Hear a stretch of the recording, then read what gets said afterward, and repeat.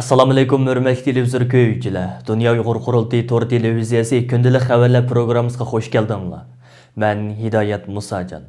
Tövəndə diqqətinizlər bugünkü xəbərlərimizin təfsilatında bolsun.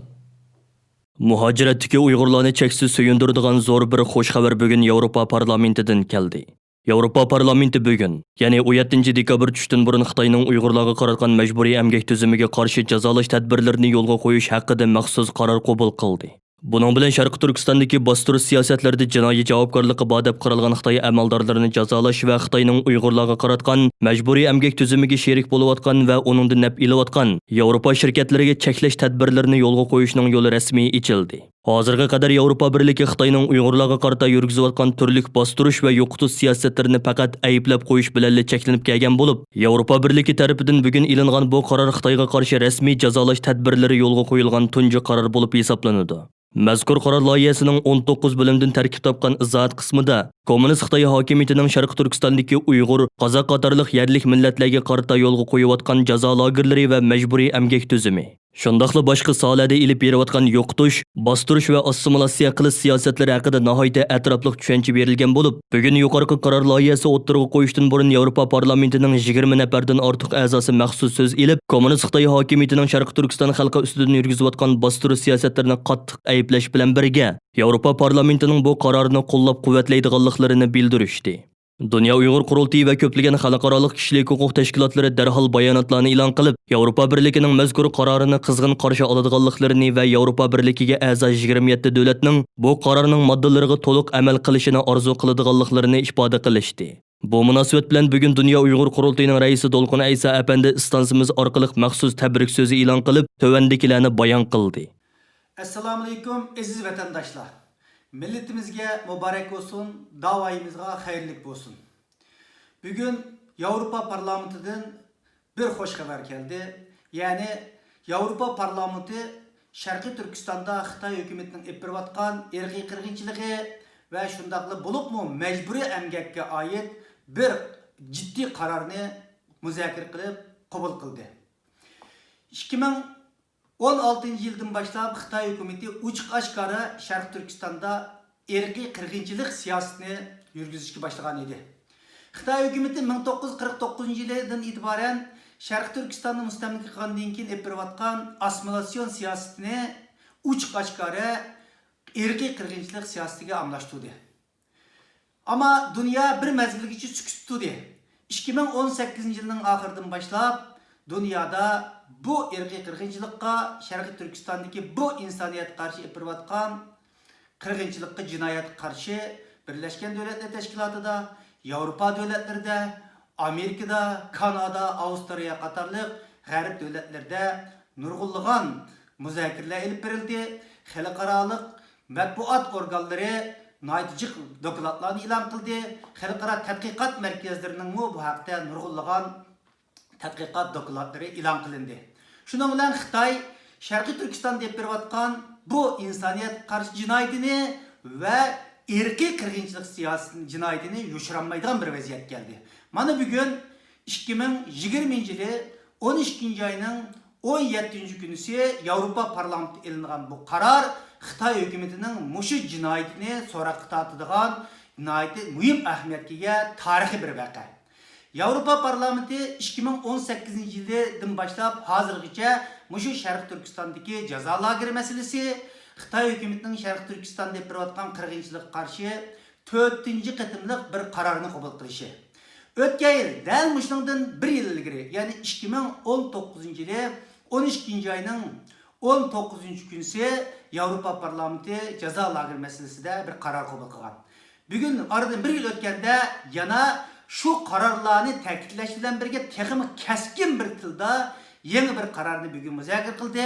Toplam 25 parlament a'zosi birdan söz elib, Xitoy hukumatining bu jinoyatlarini qattiq eg'ir tillar bilan aybladi va ovoz qo'yildi. Shunda qilib bu mutlaq ko'p qism parlament a'zolarining qo'llashi bilan bu qarorni o'tdi. Bu qarorda nihoyatda muhim matlar bor. Mesela bununda Xitoy hukumatining Sharqi Turkistondagi majburiy emgakni darhol to'xtatish kerakligini va Yevropa ittifoqidagi şirketlerinin bu mecburi emgek bilen boğan münasebetlerini tamamen kesiş gerekligini, bu ticaretini to'xtatish kerakligi haqida qaror maddeleri var. Onundan başka Şarkı Türkistan'daki halkının dini, itiqad, til erkinlikleri hakkındaki endişeleri ve bunu qattiq tanqid qilganliklari ve bu karar diyana insaniyet karşı cinayet ötküzatkanlıktan ibaret bu kelimelermi işletilgen bundan burun ondak bir kelime işletilmegen.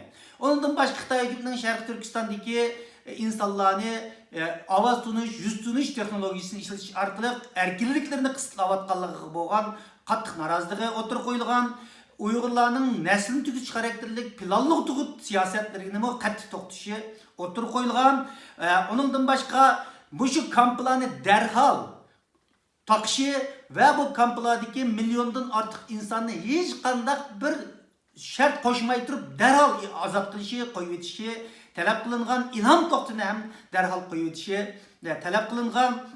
Onundan başka bu kararda yana Avrupa İttifakı'na Birleşken Devletler Teşkilatı'na münasebetlik bazı maddeler var. Mesela Xitay hükümetinin Birleşken Devletler Teşkilatı Ali Komisarlığını, Avrupa İttifakı'nın xadimlerini ve şundakla Avrupa İttifakı'nın alaylı temsilciler ömrüne Şarkı Türkistan'da tekşürüş elip verişe ruhsat kılış gerekliğini bu hakta Avrupa İttifakı'nın derhal bir mekanizm, şundak bir grup kuruş zürriyetini məxsus bir Şarkı Türkistan'daki cinayetini tekşürüşçüdüğün Birleşken Devletler Teşkilatı'nın bir alayda elçi teyil işi gerekliğini, bir tekşürüş ömrünü derhal kurup çıkış gerekliğini bu kararda yer algan.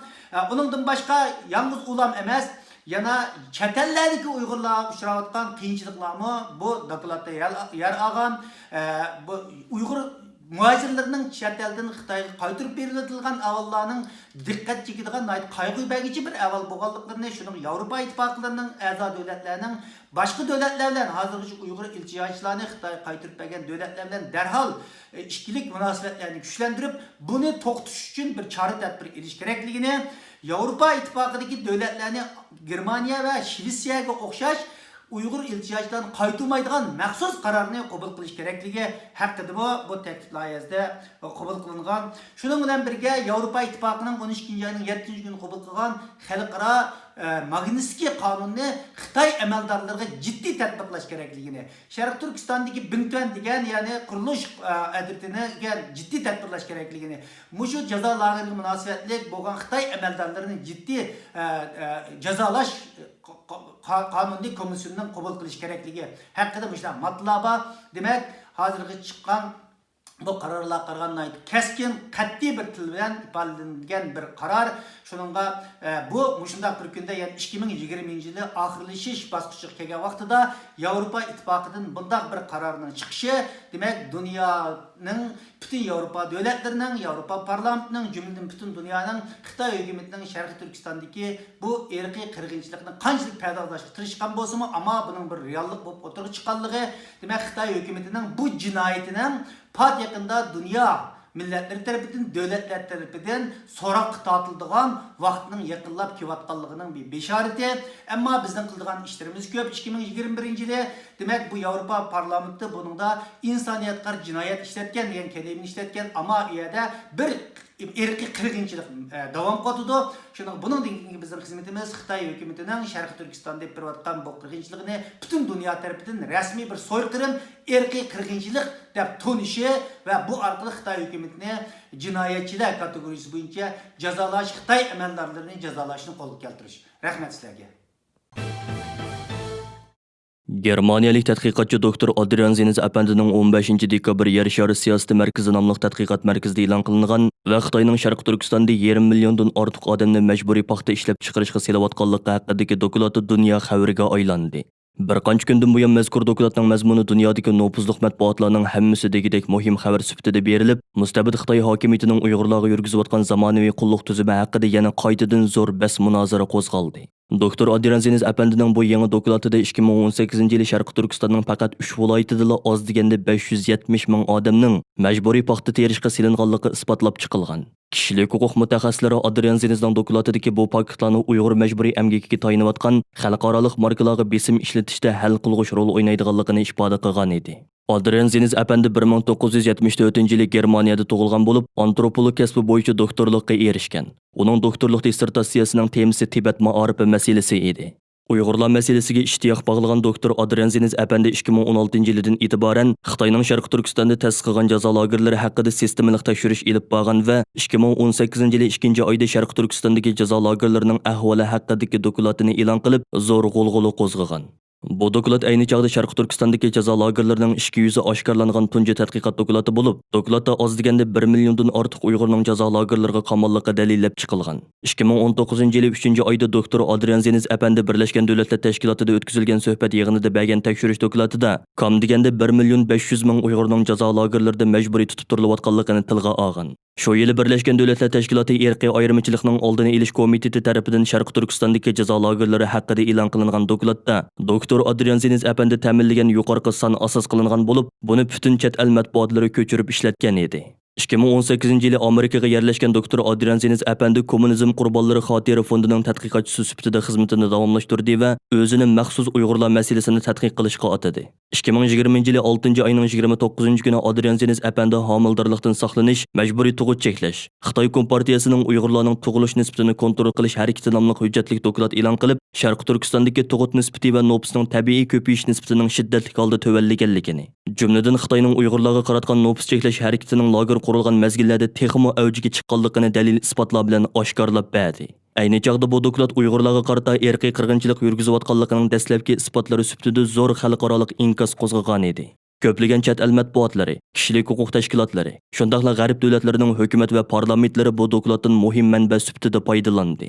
2020 yili 9 oyda Adrian Zeniz әпәнді tarafidan e'lon qilingan atalmish Xinjiangdagi harbiylashgan ta'lim-tarbiya sistemasi Tibetga ko'chirib kelindi degan mavzudagi tekshirish dokladimi kuchli ta'sir qo'zg'agan edi. Adrian Zeniz әпәндінің Sharq Turkistondagi jazo lagerlari haqidagi dokladi e'lon qilingandan buyon mustabid kommunist Xitoy hokimiyati uni ko'zga qadalgan mixtab qarab, uningga qarshi diplomatiya va tashviqot hujumi qo'zg'ab keldi.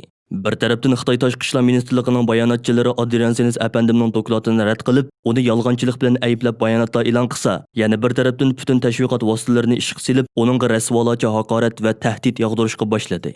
Adrian Zeniz әпәндінің 15 dekabr e'lon qilgan yangi dokladi bo'lsa mustabid Xitoy hokimiyatiga berilgan eng go'zal javob bo'ldi. Bugun haqqoniyatparvar Adrian Zeniz әпәнді butun Sharq Turkiston xalqining eng kuchli sevgisiga va hurmatiga erishgan chet ellik olimlarning biridan iborat.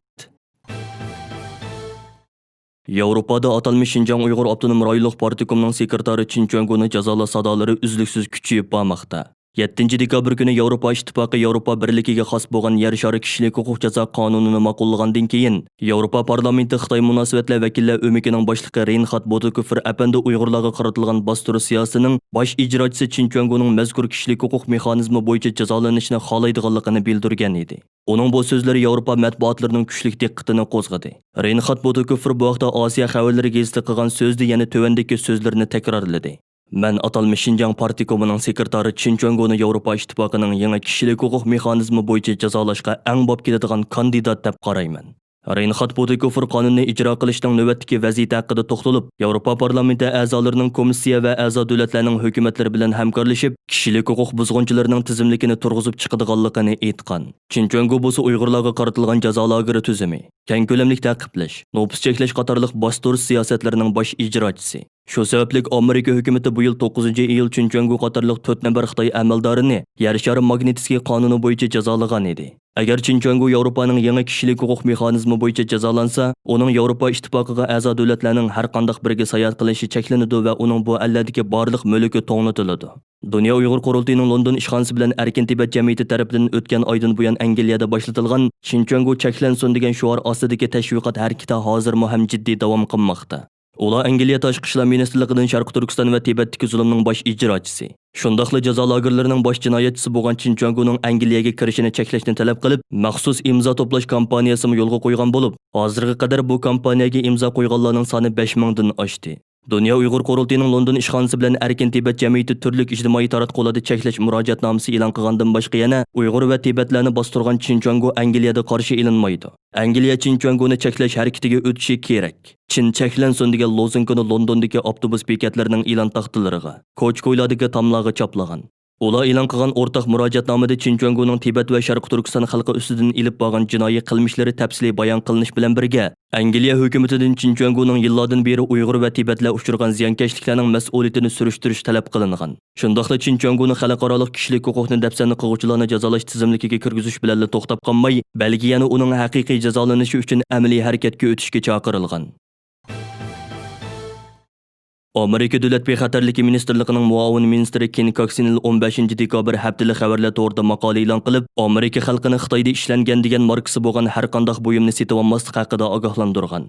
Milod bayrami va Yangi yil bayrami kelish harfsida e'lon qilingan bu maqola bu mezgilda Amerikada shakllanadigan yuqori iste'mol qizg'inligini maqsad qilib yozilgan bo'lib, Xitoyda ishlangan mahsulotlarning faqat Xitoyda ishlangan degan markadan iborat emasligi ta'kidlanib, mundaq deyilgan. Bayramlıq sovg'at uchun uydagilaringiz va do'stlaringiz uchun setib olgan paxta mahsulotlari balkim qulluq amgakdan kelgan bo'lishi mumkin. Ya'ni u mahsulotlar hozirgi davrdagi eng ig'ir kishilik huquq dafsandichiligining tovarga aylantirilgan shaklidir. Xitoy davlati qo'llayotgan bu zamonaviy qulluq tizimining ziyonkashligiga uchrayotgan, faqat diniy va madaniyat erkinligi talab qilayotgan oz sonli millat xalqidir. Ammo ular dinsiz Xitoy kommunistlarining suiqasdlik zo'ravonligiga uchradi. Bu maqolada yuqorqi so'zning paketi sifatida 3 milliondan ortiq Uyg'ur qozoq musulmonlarining 1300 atrofidagi lagerlarga qamalib ig'ir qiyin qistoqqa uchirganligi, o'ldirilganligi, ayollarning eng ig'ir xo'rliqqa uchirganligi va tug'mas qilib etilganligi, bolalarning ota-onasidan tortib ilinib Xitoycha tarbiyalanayotganligi deganda qabih qirg'inchilik jinoyatlari ko'rsatilgandan keyin kommunist Xitoy hukumatining ularni qul qilib kiyim-kechak, lo'nga, kirlik, adiyal, xomiyib deganda ko'plagan paxta mahsulotlarini ishlab chiqarishga sog'inliqqa alohida eskartilgan. Maqolaning oxirida mundaq deyilgan: Bu bayram mezgilida biz Amerikalik iste'molchilarning Xitoy melining unchalik qadr-qimmatga loyiq emasligini tonishga chaqiriq qilamiz. Lagerlarni aslatadigan mahsulotlarni setib olib, Amerika iste'molchilari va Amerika bozorini chiritishni xohlamaymiz. Biz Amerika ishchilari va ish topolmay qiynalayotgan boshqa sohadagi kishilarni Xitoyda majburiy qul qilinayotgan ashu kishilar bilan raqobatlashtirmaymiz va bu orqali Xitoyning yuziga qora surkaymiz. Biz Amerika shirkatlarining davlatimiz 155 yil avval g'olib kelgan razil kuchlarning juusida tarlanishga hargiz yo'l qo'ymaymiz. Kuzatuvchilarning qarashicha muavin ministr Ken Coxinelning bu maqolasi bir tarafdan yillardan buyon Xitoy meliga bog'lanib qolgan va Xitoydagi qulluq amgakini teq tunib yetmagan Amerika iste'molchilarini ogohlantirish bo'lsa, bir tarafdan Amerika Davlat bexatarlik ministrligi qatorliq huquqli organlarning Xitoy mahsulotlarini kirgizmaslik qarori va siyosatining kuchlik bo'ladiganligidan bishorat beradi ekan. Mustabid Xitoy hokimiyatining Uyg'urlarga yurgizayotgan jazo lagerlari va zamonaviy qulluq tizimining dalil isbotlar bilan oshkorlanishiga ergishib, Amerikadagi Yahudi tashkilotlari va Yahudi jamoatlarining Uyg'urlar masalasiga bo'lgan qiziqishi va hissdoshligi kundan-kunga kuchayib bormoqda. 15 dekabr kuni Dunyo Uyg'ur qurultiyi ijroiya komitetining raisi va Amerika Uyg'ur kishilik huquq qurilishining direktori Umar Qanot apandim Amerikadagi Binoyi Amroh Yahudi jamiyatining taklifiga asosan bu jamiyatning asosli mas'ullari bilan maxsus Uyg'urlar masalasi haqida to'r suhbati o'tkazdi. Suhbat yig'inida Umar Qanot apandi jiddiy irqiy qirg'inchilikqa duchor bo'layotgan Sharq Turkiston xalqiga hissdoshlik qilayotgan va Uyg'urlarni qo'llash harakatiga otlangan butun Yahudi jamoatlariga rahmat etish bilan birga Sharq Turkistonning navbatdagi vaziyati va Uyg'urlarning ziyonkashlikka uchrash ahvoli haqida tafsiliy ma'lumot berib o'tdi. Yahudi tashkilotlari bilan Uyg'ur tashkilotlari o'rtasidagi hamkorlikni yanada kuchaytirish masalasi bu qitimqi yig'inning asosli muzokara temasi bo'ldi. Angliya ittifoqiga a'zo davlatlardagi Yahudilar birlashmasining bosh rabboyi Afroim Mirvis yaqinda Uyg'urlar duch kelayotgan zo'r fojiani ayblab, dunyo jamoatini Uyg'urlarni qo'llashga chaqirgan edi. Hurmatli televizor ko'ruvchilar, yuqorida Dunyo Uyg'ur qurultiyi to'g'ri televiziyasi kundalik xabarlar programmasida diqqatingizga sundiq. Keyingi qitimliq programmada ko'rishaylik. Ko'rishgacha omon bo'lgaysizlar. Xayr xo'sh.